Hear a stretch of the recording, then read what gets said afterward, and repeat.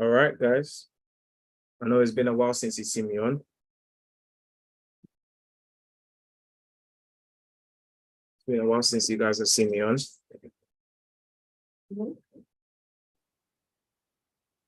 So let's crack on. Let's see what we've got going on here for the pre-FOMC setups. Now, I know that I haven't been away. I've been away, but I'm back now and I'm going to stay live. Trust me, I will. I've just been having so many things. I guess some of you know about the algorithm that I built. I've just been really busy working on dealing with everyone, making sure everyone's good in my circle. So I don't want to forget about my online people. Though we're a growing community, I don't want to forget about you guys whatsoever. All right, so let's crack on. Let's take a look at the market and see what we've got going on now. The first thing, as you know, is the tradition. Is I'm going to go through what's going on with the dollar index market first. And then after that, we can go on to look at what we have with the rest. Yeah.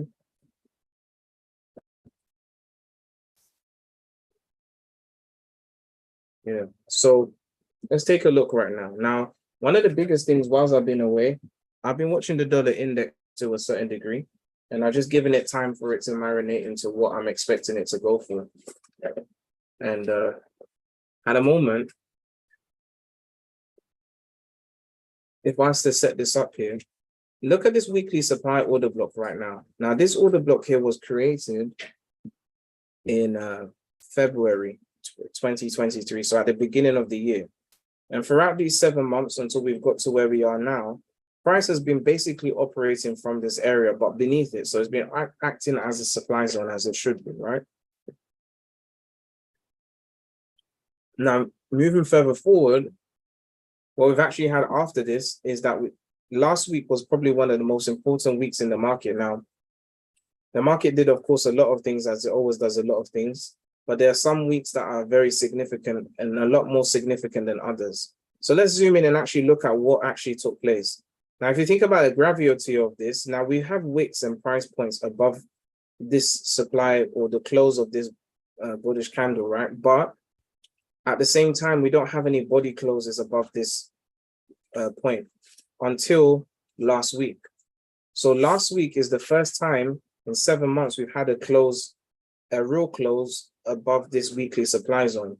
Now, that's a strong bullish significant movement here, or significance in movement, because now that we've closed above this supply order block, now whenever supply order block is closed above, it's going to be flipped to a demand zone. Okay, so this is what I call a flip zone, or a supply flip zone to be more exact. Now, since the price is broken above this area, all we need right now for a continuation. Now, remember, I spoke about this, and I have been speaking about the dollar index for parts of 2022 and the whole of 2023. And I've been saying that the next area that I'm expecting the price to go to in the kind of midterm is to get to this 110 mark, which is to fill this liquidity void. Now, it just so happens to be, so whether it's a coincidence or not, you go and figure that out, that this week, specifically tomorrow, we have the US interest rate decision and all of the other FOMC news that comes along with it. Now, it's not surprising to me that in a week as, strongly laced with high impact news from the US dollar, we've just had this close above the weekly area. And right now in this week, the price has already started to return. So what exactly do we need for us to get a long? Now, for me personally, what I'm looking at with the dollar index, I'm going to show you here. Now, if I go to this low right here, between this low, now in the ICT community, I know you guys will call this a fair value gap. Personally, for years, I've been calling this a validation point. Okay, but I'm talking about the same exact thing. Now, what really I'm looking for when it comes to the dollar index here is that because we have a fair value gap here and we have high impact news this week, there's two modes of thought right now, either before the news or after the news or with the news. These are the kind of options we can go for. I expect the price to actually fill out this fair value gap right here. Now, I've already had an induction several weeks back over here where the price did a similar move to what I'm talking about. We had the price take the low of the previous week, as I'm on the weekly time frame right now. And then over here, it's come just, now I missed it just by a bit, but it came back over to this area here, this fair value gap validation point on the weekly, right? Now, what I expect the price to do is I'm expecting the price, the dollar index, either before the news, which would be actually the best thing, to actually fill out this fair value gap right here, this weekly validation point, and actually take the low of the previous week. Once it does that, then I'm expecting the price to be able to have a launching pad to go for a long. Now, however the news is going to perform that, we're going to know. And once that does happen, you know, I'm looking for an extreme long. So I'm just going to write this out over here. We have a weekly validation point. So weekly validation point / FVG, right, over here. So what we're looking for, I'm going to put a plus sign, right, to add what we need. So the best signature or the setup I'm looking for, plus, let's add that on. The other side, the other aspect here is that weekly FVG, and then we also need to have a weekly stop hunt or induction of low. So I'm just going to put previous weekly low. So if the price goes for that previous weekly low, what's going to happen? Well, all the sell stops that are beneath that weekly low will be consumed by the sell-off that will happen. Once that does happen here as a return, then that will put us in position to look for some good buys. Okay. Once we get that kind of setup right there, all of us should be looking for a long. So ideally, what I'm looking for is for the short to give us a short pullback here, and then for a long. Now, we don't actually need the price to take the weekly high to trigger this. It can actually go short without it, which can also happen. Now, based on that structure here, now, whenever I do my analysis, I always like to use intra-market analysis. And because I'm a dollar pair trader primarily, the dollar index is what I'm going to use. Now, there is other indexes. You know, you can use the British dollar index to check out the strength of the pound as well. But ideally, for me, I'm a dollar index trader or dollar index analyst and a major pair trader. So I'll usually be looking at dollar pairs. All right. So having a look at this structure here, what can we say? Well, for that to happen, what this can translate to, if you want to put it this way, if I was to put, you know, my famous dollar signs here. So what if the dollar index decreases in price, it means that it's getting weaker. So I'm going to put here negative dollar strength, right? Negative. Let's put this in a color here. Let's just go for dark violet here. So what we'll have is, let's take this off for a moment. So negative dollar strength will be here, and then this would be positive dollar strength afterwards. So if it's going to be negative dollar strength, what does that mean in terms of correlation for major pairs? Well, for a major pair, let's start with Euro USD, for example. Let me just bring this out here so I don't have to keep on sliding around. So for Euro USD, what would that mean? To be fair, for any ex-USD pair, so if I write this at the top here, so a negative dollar, so negative dollar would equal to the fact that we have ex-USD pairs will be going long, all right? And then we're going to have USDX pairs short, okay? So this setup that I'm talking about, providing the price does do this setup right here, let's just make this 10. Let's put this in blue again, right? So that will be the setup if we have a negative dollar, right? Negative dollar strength. So ideally, the dollar index is going short. For positive dollar strength, we're going to have the opposite. So that means that ex-USD pairs, and this can be, now the X can be anything. It could be a commodity, so it could be gold. It could be a crypto, Bitcoin. It could be Euro USD, AUD USD, and etc. Okay. On the other side of the story, USDX, what we're going to have is we're going to have a long here, just like so. Now, if you put these two things together, what you actually end up with is we have a structure now of how we can work with these two markets to give us a solution about, you know, where we're going with our trade, right? So for me, the best setup and idea right now is that let's go for Euro USD. So Euro USD, right? Going long for negative dollar right now. Let's see if we can find that setup. Now, we don't want to have any biases. We just want to have a look at what the price is doing. Now, to me, because we have an obvious liquidity void, of course the price would have to go long. But the question is where to? Now there's several options we can go for when we're looking at Euro USD. First of all, let's go to the D1 and actually look at what the price has done. So at the moment, let's just map out this range here. I'm going to pick my top picks. There are 6 major pairs, 7, right? But I'm just going to pick out the ones that I think are looking the best. Now, Euro USD has this famous demand zone that I've been watching for a while that's been holding the price. At the moment here, if we just look at market structure just for this segment here, if I take this low and I just draw a line across here from here to here, you'll see that we have a strong body close. So 3 days ago, 3 market days ago to be specific. So this is Tuesday, this is Monday, this is Friday. So on Thursday, we had a strong close, drew the swing style close beneath this low. And because it's with the body of the candle, that would signify a continuation in that direction in bearishness. Now, the market left behind another one of these FEG size validation points on the D1 here. And we've had a reaction today that the price has gone to this area. And you can see that we've had a sell-off going on from this arena. Now, you can see already from the development of the long that happened after this movement, we've had quite a slow and steady kind of situation in terms of the long direction, which means that there's quite a lot of heavy bearish pressure still in this market.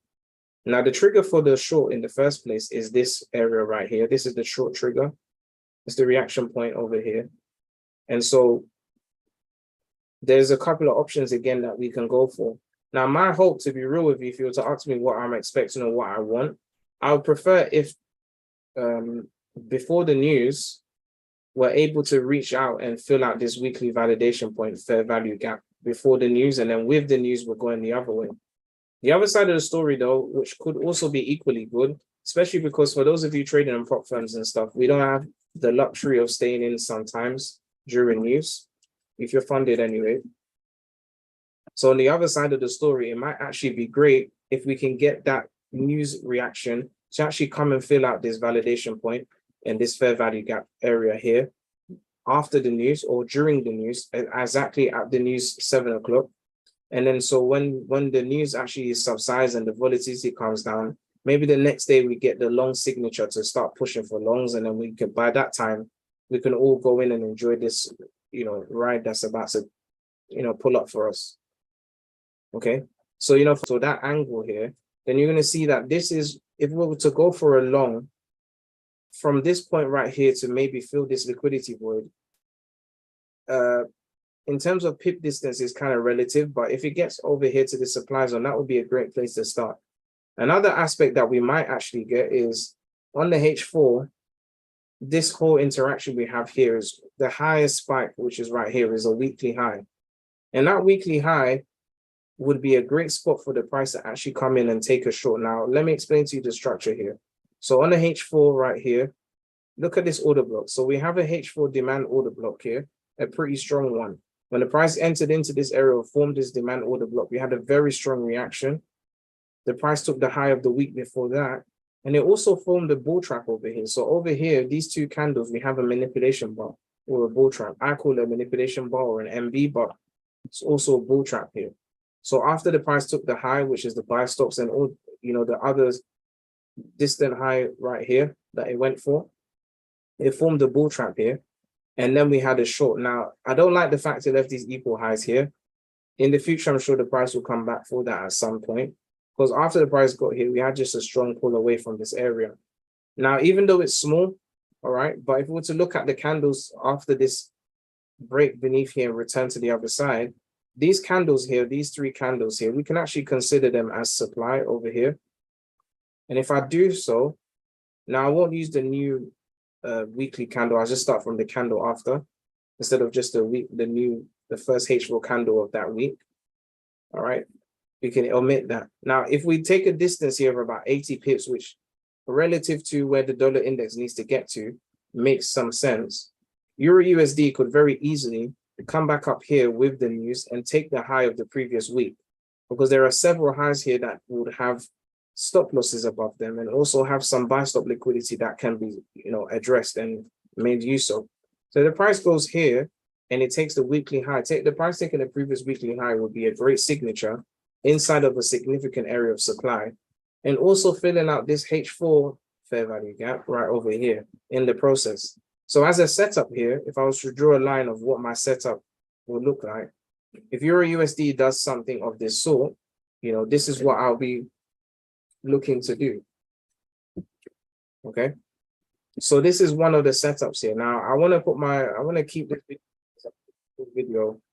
It's gonna do, great service to us. So as a quick recap one more time, if we're looking at the price structure here that we have, we've got this dollar index structure here where this significant close here, even though it's small, is very, very significant in the structure of the dollar index as a whole. Now, we always expected the price to go long, and I've been saying that we're going to have one last strong bullish dollar before we get the collapse I'm expecting to happen. Now, at the moment, with this supply zone here, with the body close above this weekly area, this is a very important key to let us know that the supply liquidity that was holding price for the last 7 months, we have the demand on this market has exceeded supply, okay, to the most critical level, because we don't have any other body of the candles for the year above this close right here. We do have higher prices, but they're not sustained, right? In this case here, the price ends up closing where it started from, almost starting where. So if you see over here, the open is 229, the close is 237, and they're both at 104, right? As a whole number. So there was only a 6 pip after all of this weekly movement. The price only was able to gain ground by 6 pips. So this is the highest close that we've had until recently. So now that the price is pulling back again, as I said, if we zoom in again and we take a look at what we've got going on, all we need price to do is, because we have a slight fair value gap or validation point where the price should reach here, the price taking the weekly low and filling out this validation point right here will be the perfect signature to give us a long. Since this is a supply order block, price will flip this and use it as a demand zone, and it'll act like one. We've already had this reaction over here, this initial induction for the long. So the price coming back here will be perfect. So it's just sub 104. So 103.999 literally, or literally 104 on the dot. All right. Once the price gets here, then on our way we go for an extreme long. Now, the price doesn't have to take the weekly high, as I said, for it to be able to produce this long. It can actually just go straight off the bat and do this. Now, in terms of pip amount, saying about 58 to 68 pips for my movement. Now, in terms of correlation between pip length, it varies all the time in terms of a Forex pair compared to dollar index. So the dollar index moves 50 pips. How many pips will Euro USD move? Now, you can calculate it by just looking at a previous week and calculating the top to bottom of Euro USD and then comparing that to the top to bottom of previous pair, and just dividing one by the other to see what ratio you get. So you get something like, for example, if I did it here on the H4, Euro USD from top to bottom, this is just a rough estimate here. From top to bottom, it moved 136, let's call it 137 pips. Okay, on the same H4 scale last week, all right, the dollar index moved 105 pips. So the calculation will go something like this, just for those of you who are probably interested in wanting to know this. All right, so what we'll say is that if the DXY is, let's put this here, equals to 105 pips, and Euro USD is equal to 137, so the ratio of pip distance would be this. So let's put this here. So the pip ratio would be so let's go pip ratio would be 105 divided by 137 will give us the ratio here. Now, if you put it into perspective here, we're 137 divided by 5 on one side. Now, what we're going to do is that we need the 1. So it'll be 105 divided by 105, which is going to be the DXY. And we're going to put the 2 dots here to represent the other side, which is Euro USD. So if we do this, let's just, put an arrow, do this here, put equals and an arrow. So what that's going to translate to, so obviously 105 divided by itself is 1. And then the 137, all right, now I did this on my phone. Okay, you can cross-check this yourself, but 137 divided by 105 on my phone says 1.30. So 1.30, it says 1.304, 1.37, but to just round it to a reasonable amount of numbers, 1.30. So that means the ratio that we've got is 1 to 1.30. So how can we use this then? Not pip ration, we're not rationing anything, ratio, right? So how could we use this as a kind of a marker? Well, in essence, we need, from where the current price is right now, we need the dollar index to get here. We need to do about 61 or 60, let's just call it 62 pips, right? So to calculate how many potential pips Euro USD can move, and this calculation is just an extra additional thing that you can do. So if you want to say pips to weekly FVG or VP / FVG, I'm going to use the approximation tilde sign. So approximately, we're going to put that 62 pips, right? It's approximately 62 pips, right? So that means for Euro USD, since we have this 1 to 30 ratio, Euro USD would have to be 1.3 times 62, okay? Now 1.3 times 62, if I'm not mistaken, let's just make sure I got this right. So 1.3 times 62 is 80.6 pips. Now to me, if we look at Euro USD from the analysis without doing this maths right here, all right, and I don't expect you to do this maths all the time, but this is sometimes a little extra additional calculation you can work out with correlation. If I take the current price of where Euro USD is and I drag it up to around about 80 pips. Now 80 pips, according to this, it's 80.6 is what it says. Now, if you don't believe me, let me just actually do this for you. I'm going to share my screen so that you can actually see the calculator. All right, let's pull up the calculator here.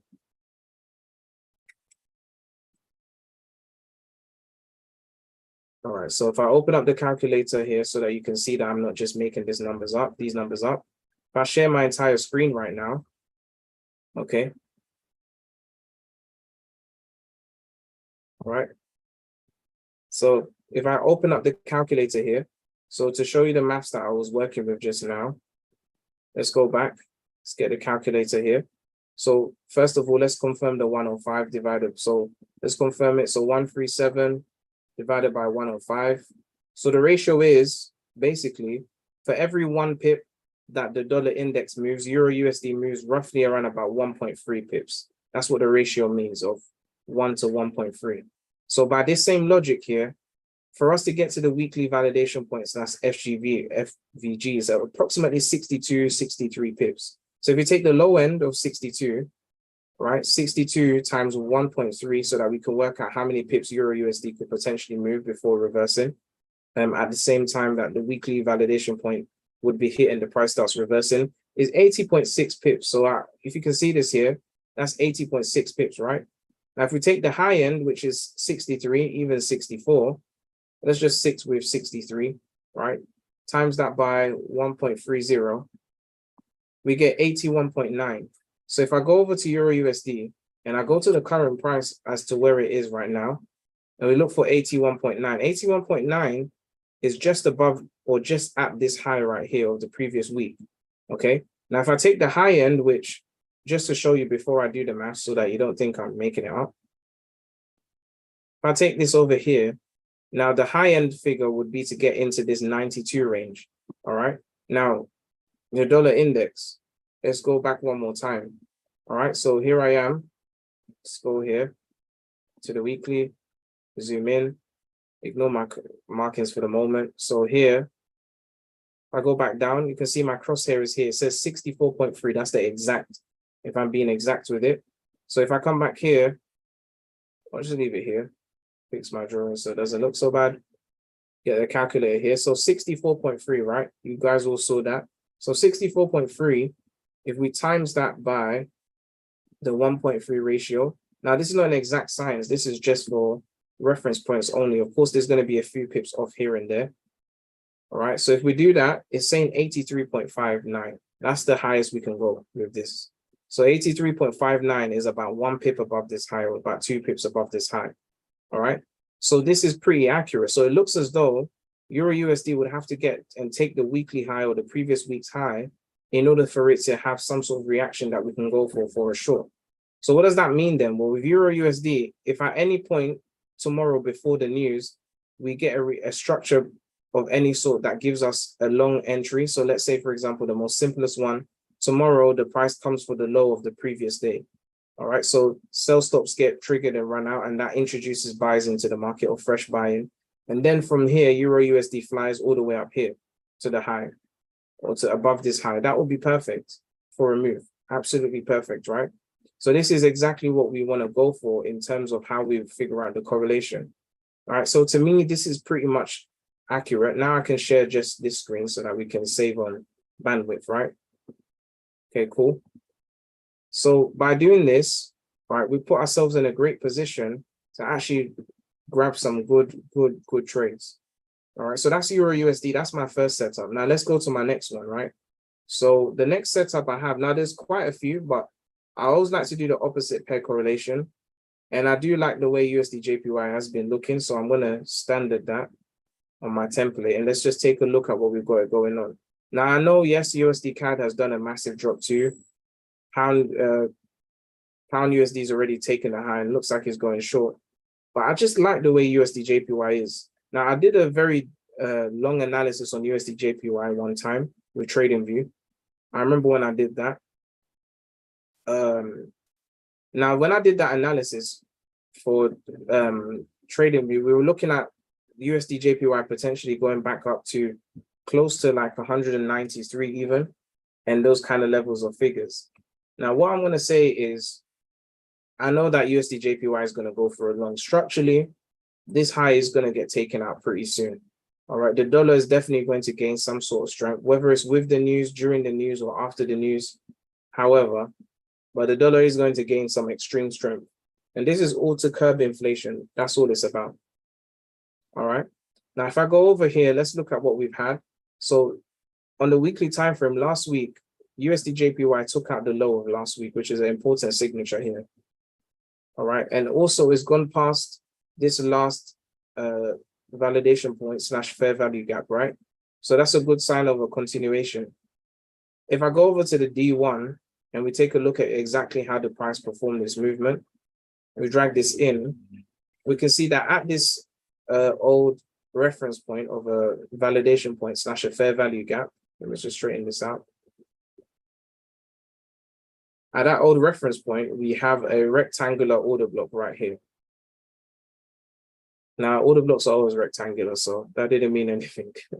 It's just I'm being silly, all right? But seriously, we had a demand zone over here that the price fell into. And if we look at the structure, I know that we don't do this often, especially for those of us who trade, you know, market algorithm price action kind of theories. We have a structure here, we have a B. Now, when the body of the candle closed above this weekly high, that was an indication of bullish structure right here.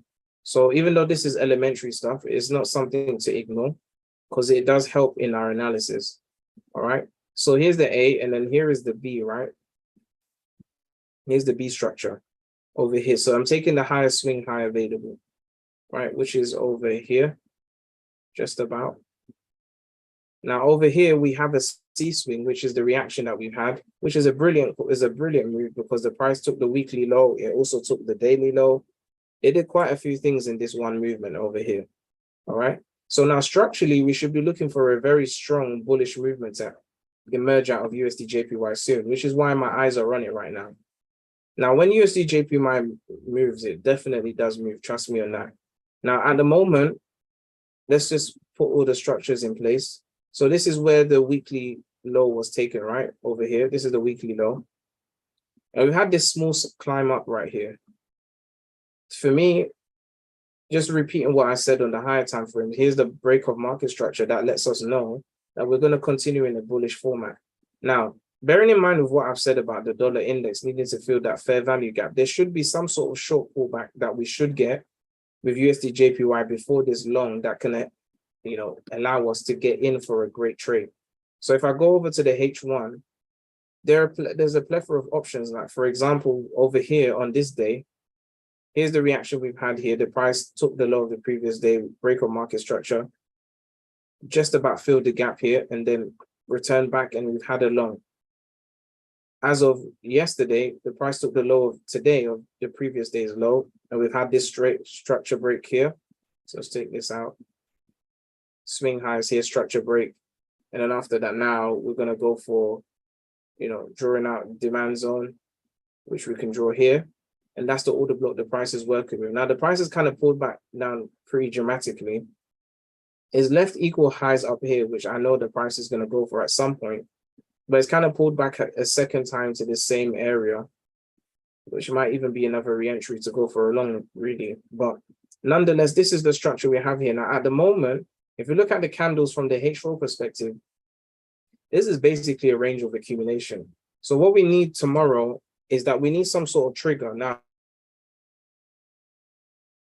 I'm not going to take a buy from here just because when I look at this just logically from the structure here, when the price broke above here, we have the second and third candle. We have this area here where the price, even though we had this movement, it hasn't actually touched back on this H4 validation point, and neither has it returned to the higher time frame demand. If we trace the demand order blocks, here's one, here's the second one.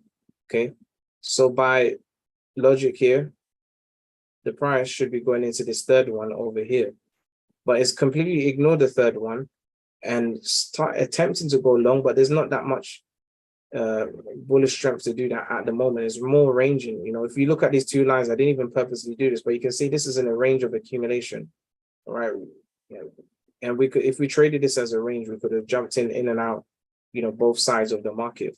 Now, the great thing about this, even though it looks terrible at the moment, is that anytime we have a range of accumulation, what the market is actually doing is that accumulation ranges are the birthplace for trends. After an accumulation, we're going to have the inductive move that triggers the direction of the trend. And then before you know it, we're going to be shooting towards a massive bullish trend of some sort, or bearish trend. So this range of accumulation is to be broken at some point. And my expectation, if we're going to go for a long, this low right here would have to be the trigger point. So at some point, USD/JPY is going to have to go short, at least to this degree, even further if possible, get into a good area of demand. And then from here, we're going to get this structure here that will allow us to induce a long. Okay, so this is really what the gameplay is with USD/JPY. At the moment, this kind of noise right here, I'm going to ignore it because I do think that we probably are going to have another little spike or another little push. Again, now I'm not going to do ratios here, but if USD/JPY, okay, I guess for the sake of this, I might as well do the ratio here. Now we know we're looking at about 62 to 64.3 pips, right? If we take the range of the dollar index last week, it was 105 pips, right? And last week, USD/JPY did over here, it's the wrong time frame. So last week, USD/JPY did actually 203 pips. So almost double. So without having to do the calculation, in essence, for every 1 pip that the dollar index moves, USD/JPY will move 2 pips. Just off the top of my head, just using that logic there. Just about, maybe say 1.95, which means that for that 62 pips, right? Let's bring out the calculator again. Let's do this. So if I take this 105 right here, so I'm going to put 105, we'll just keep it as 2. Now, if you want to be specific, go USD/JPY moved 203 pips. So if we divide it by 203, we have this. So in the same token, if I divide the other way, right, we get 1.933. So for every 1 pip that the dollar index moves, USD/JPY moves 1.93 pips. So if I do 1.93, we need that. Let's take the high figure, so 64.3, right? So we have almost a whole number here. We have 124.099. It actually looks like a USD/JPY price, but it's another story. If you understand, you understand. If you don't, it's cool. But at least we have 124.1 pips. So 124.1 pips, what would that look like? So 124.1 pips is from this current price, 124 pips is actually down back here. Okay. Now, can the price get there for tomorrow's news? That most definitely, because we've had a weekly reaction, and at the moment, because there's a gap here, we only broke market structure here. So we've had the reaction, the induction, we've had the break of market structure, but we actually haven't had the return. So this wouldn't be inaccurate for USD JPY to do a few more pips than others. Now, if you take this even further, let's take a look. You see over here on the H4, we have a H4 validation point, which is also a FVG, right, for ICT guys. And on top of that, if we look at all of these lows that we have here, we have basically equal lows or relative equal lows spread above here. But with the price, when it took off long here, didn't return to demand. So we actually have a return inefficiency that hasn't happened yet. And so as we're breaking this down and looking at it, there is a need for the price to do 124 pips without even having to really reason too hard. If we take 124 pips, we're looking to get the price into the depths of this order block, about 50 to 60% inside. Now, if I use the Fibonacci, modified Fibonacci here, all right, 124 pips from the current price is around about at the optimal trade entry, just from looking at this. So if I take it here, this is so 124 sets us just around the 75% mark, just above it, so about 72%, which is optimal trade entry territory. So finishing off here, this will make sense for a really brilliant move for a long. All right. So if you want a screenshot, you can screenshot. But really, this is my two best setups that I like for the week. Okay. So tomorrow the news is at 7 o'clock. I'll leave you with this, guys. You let me know what happens. I'll see you guys tomorrow. I'll definitely cover the news before.